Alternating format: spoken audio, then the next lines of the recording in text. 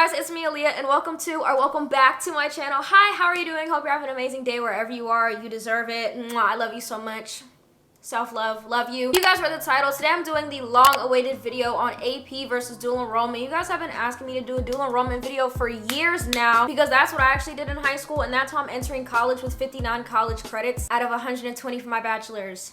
For free. Now, I know you have such an amazing and exciting life, so I'm gonna put timestamps on the video and in the description box down below so you can just click and skip to a time and get what you need and go, because like I said before, I know you have an amazing life and you're living your best life even in quarantine in this weird back to school season. So I'm here to save some time for you in case you only came here for certain parts. I broke this video up into 4 parts. The first one is all about AP, the second one is all about dual enrollment, the third one is just giving my pros and cons list of each one for my personal opinions, and then the fourth part is just giving you a breakdown on which one I think would be better for you as a student based on like your requirements, grades, your skills, and things like that. First part, like I just said, is all about AP. You're probably wondering, Aliyah, what is AP? If you don't know what AP classes are literally known as advanced placement, and this is a program created by College Board in the United States and Canada that literally allows students to have college course loads along with test loads and just like curriculum, college curriculum in general. Now, if you're in high school and never took any AP classes, you've probably seen some memes about AP testing in the spring / when school's right about to end, because that is when AP exams take place, and it's one of the hardest tests I think a high school student can take, in my opinion, and just the way they grade it and everything, I feel like it's extremely hard and extremely stressful for students, but I'm gonna get into that in a little bit. The biggest question that a lot of people have for AP is how to enroll and sign up for AP. Now, the process to sign up for AP classes is way easier than dual enrollment, I can tell you that right now, because you can literally go to your school counselor and say, I want to be in this AP class, and they'll put you in it. And because they're so easy to sign up for, it's really easy to get into instead of like dual enrollment, like I just said, which I will explain later in the video because that was a process in itself, and that's saying something for me. So the next big thing that a lot of people question about AP is testing and grading. I'm going to talk about grading first because I have had a lot of people around me that have taken AP and said, okay, well, this professor was really lenient and this professor was strict as hell. I feel like when it comes to grading classwork and homework assignments, the teachers might be a little harder because you're supposed to be on a college level, but it really just depends on the professor. This will be a really good time to ask somebody who's taken this AP class with a previous professor if you know anybody, or you can find someone or ask the teacher who's your previous student so you can see what the teacher was like when they taught and compare it to how that might work for you, so you can learn about their learning style, teaching style, the coursework, how they grade it, because in high school it's pretty hard to find professor-like ratings because college students, the network of professors is huge, and we have things such as Rate My Professors, but in high school I don't think you really have that. So networking with other students who've taken the AP class is one of your best options. Now let's talk about testing. Like I said before, testing for AP is hard. The whole credit balancing and whether or not you get your credit is on this big test, this big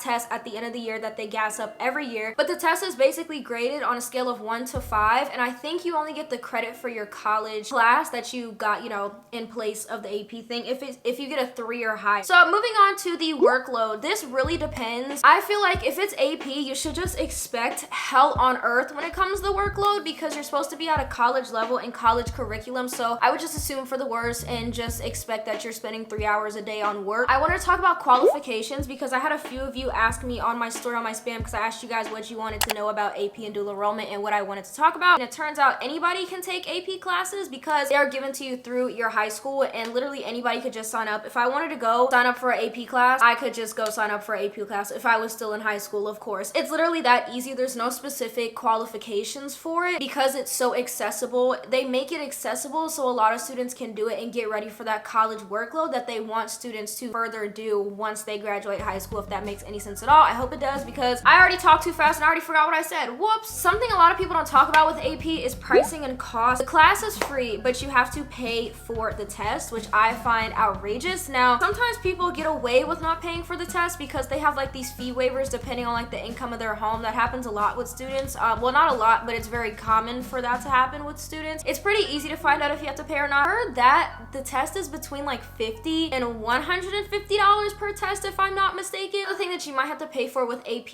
is the exam prep books because like I said before earlier in the video, these exams are known for being hard as and there's no real way to like be prepared for them. But one of the ways that you can be prepared is getting one of those test prep books. So they have like AP Calc books, AP Psych books, practice tests, you know, things like that. And of course you have stuff like that to do with your teacher, but sometimes people want the extra prep, and that's something else you just might have to pay for with AP classes, depending on the student and if you can buy it, because everybody's financial situation is different. Getting into the part of the video that I know everything about. Welcome to part 2, dual enrollment. So basically, if you don't know what dual enrollment is, it's basically when a student is in a program that makes them enrolled in 2 different educational institutions, and most of the time it's with high schoolers who are enrolled in high school and also enrolled in some sort of college or community college depending on where you live. Hence the reason they call it dual enrollment, because you're enrolled in 2 places. Yeah, so amazing. Dual enrollment, how to enroll and sign up. So when I was going into dual enrollment, I think they only let 11th and 12th graders where I was at, because I was in CMS in Charlotte, Mecklenburg. So the way that they did it is to get into the dual enrollment program there is that you had to take a placement test if you did not take, I think, an AP test prior to that. And I just took the placement test, and it was one of the easiest tests in my entire life. And then that's basically it. Like, after I did the placement test, they gave me my student login information through the community college at Charlotte, and I basically just enrolled in the college classes as a college student under the community college in which they had them at. So that's the whole like enrollment process. I mean, like I said before, how to get into these things is different every time. I'm going to talk about qualifications in a little bit, but that's just what it was for me to actually get in and get enrolled into the, you know, whatever I just said. I don't know. Just talking. Something I also want to talk about when it comes to enrolling and stuff like that, your school usually brings it up, or you know somebody who knows something about the program. You could always ask your school if they provide it, because like I said before, it very much varies depending on where you live, because everybody's like city and state and province is different, and like the rules and everything. So dual enrollment's kind of like flimsy on that part, and AP's more like straightforward all over the place, but we're not talking about that right now. So moving on to testing and grading, this is one of my favorite things about dual enrollment. It varies based on the teacher. Now usually in dual enrollment, you're taking college classes, so you actually have a wide range of different professors that you can pick from, and actually do background search on this website called ratemyprofessor.com. It's literally what I used to enroll in my first round of classes and every other round of classes and semesters that I had at this dual enrollment school that I loved so much, because they saved me so much money. But the testing and grading definitely depends on the professor. I can tell you right now, my friends were saying that they took AP and they actually had a lighter course load in dual enrollment, but I'm gonna get to that in a second. Hold on. Some professors are sometimes really laid back, sometimes they're really freaking strict. Like I said before, you can use things such as Rate My Professor to find out how they grade, how nice they are, the course load, which I find amazing for college students. That's how I literally signed up for my college classes this semester. And something I wanted to say, something that is a big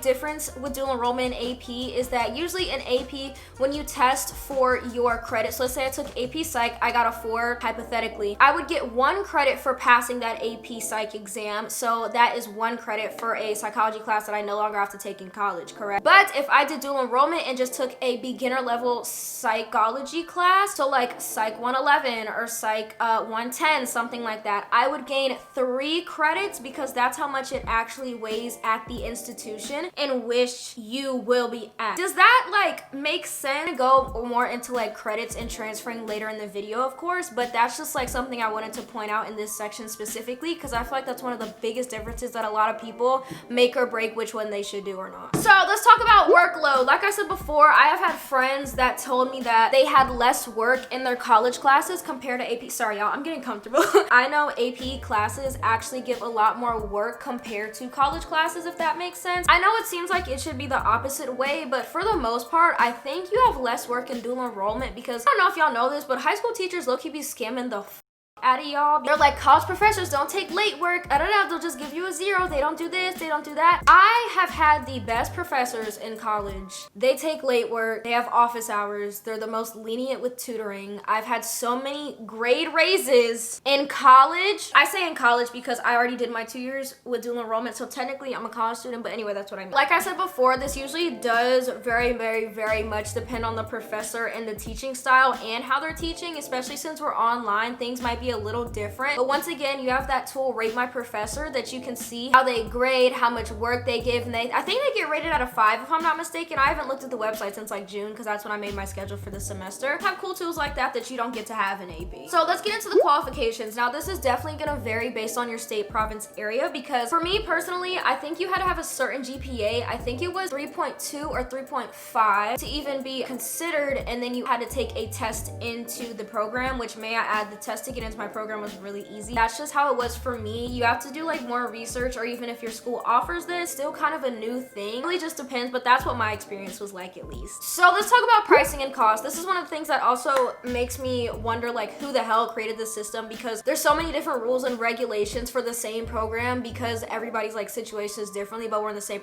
you get it. It's weird. Because the program is set up the way it's set up in Charlotte, North Carolina, you did not have to pay for the classes or the textbooks or the bus passes that they provided, but they gave us basically a free ride to community college for 2 years and give us the opportunity to earn a whole associate's degree for free. Sometimes you have to pay for the tuition and the textbooks and transportation. Sometimes you get it all free like I did. Sometimes it's pick and choose depending on the year for the school. So that's another really big thing for a lot of people, which I understand. It's so sad that a lot of people can't do this because in places where they do live, they do have to pay for this and they can't afford it. And I'm sitting here like, this would be such a good opportunity if y'all just stop overpricing education. But that's a different topic for a different day.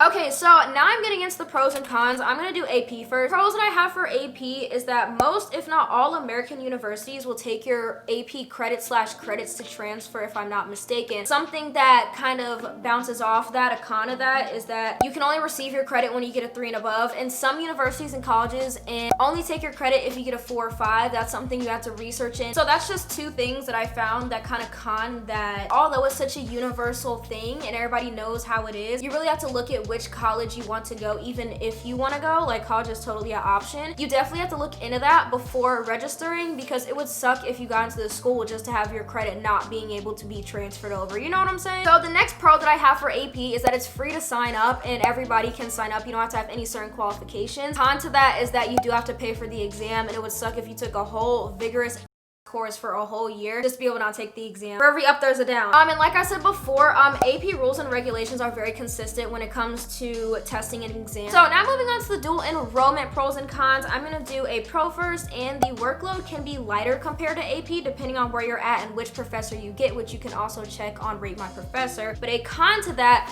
is that it can cost a lot depending on the state and if they make you pay for it, which is understandable. It's college classes, college finesses that of everybody, so it's definitely understandable. Well, it's not understandable why it's so much, but that's just a con to bounce off of it. A pro is that you can shave off a lot of time and money from your college duration. So like I said before in this video, I'm actually going into college with 57 or 59 credits or 60, something in there, it's between 55 and 60, I can't remember. So I'm basically going into college as a sophomore junior at 18 years old because I did dual enrollment, and because I got a free ride, I got my associates for totally free at 18 along with my high school diploma. Shaved off 2 years for my bachelor's degree. I might actually go for my master's. I'm really considering it since I took off 2 years. You know, I got a little ahead of the game. Something else I wanted to mention was that most of the time you do have to find your own form of transportation. The way that they basically told me at my old school was that you're on a college campus, you're a college student basically, so you got to figure out how to get to and from, where you're going to be eating, this, that, and the third, how you're going to be attending your classes and stuff. And the final thing is that you receive more credits. When you take a college level course at a college, you're actually going to get it weighted more. So instead of that 1 AP Psych credit, you can get 3 Psych 110s or 111 credits. Like, hello. But something that comes with these credits and transfers, which is what I want to talk about, is that with dual enrollment, it's never guaranteed if the school that you are going to, or college, university that you're going to after high school, if that's your plan. I live in North Carolina, you guys know that. If you did middle college in the state, any UNC North Carolina school or college or university will take your credits. But out of state, there was a lot of states and universities out of state that would not take my credits that I worked my butt over. And I honestly think that's low-key a tactic to keep students in range for in-state tuition. If you're planning to go out of state for college, make sure that the school or university or college that you're going to actually can take your credits. You can usually talk to an admissions counselor with no problem, even if you don't go to college, and just kind of ask them, hey, I want to take this, this, and this. Will you guys take this from me? You know? So now it's time for the part of the video that I feel weird about telling you which one you should or shouldn't do. First things first, this is just my personal opinion, and to each their own. This is just based off what I've seen, what I've been through. I personally feel like like AP is made for good test takers, students who are looking for a challenge, and those who are really diligent at their work, because like I said before, that exam at the end of the year makes or breaks if you get that credit or not. So I feel like if you know you're a bad test taker, I wouldn't even want you to waste your money. Like, I know you can get better at test taking and like taking all these courses and stuff. It's a credit in your time we're talking about. So that's just my personal opinion. And then on the other hand, we have dual enrollment, and I feel like dual enrollment is a good fit for students who are looking at getting a jump start in college like I was. It can save a lot of money. If you're more like classwork oriented instead of test, because the tests that you take in the class don't really affect like whatever. I think in most places, as long as you pass the class, you get the credits depending on like the passing grades and things. So yeah, and I'm a very, very, very sucky test taker, and I think that's why I thrive so much in dual enrollment, because it was more to me about learning this information, getting my classwork done. Yeah, we had like unit tests here and there, but it definitely eased me knowing that this exam that I had to take at the end of the year didn't make or break like if I got one freaking credit. You know what I'm saying? And also I feel like those with dual enrollment are looking for more independence, because like I said before, when you're in dual enrollment, you're a high school student and a college student as a teenager. So that college student is definitely gonna outweigh the high school. So you're gonna have to figure out how to do a lot of things on your own, which is something I had to learn. That's why I'm so self-disciplined now, and I'm glad I'm going to college with that. That's rude.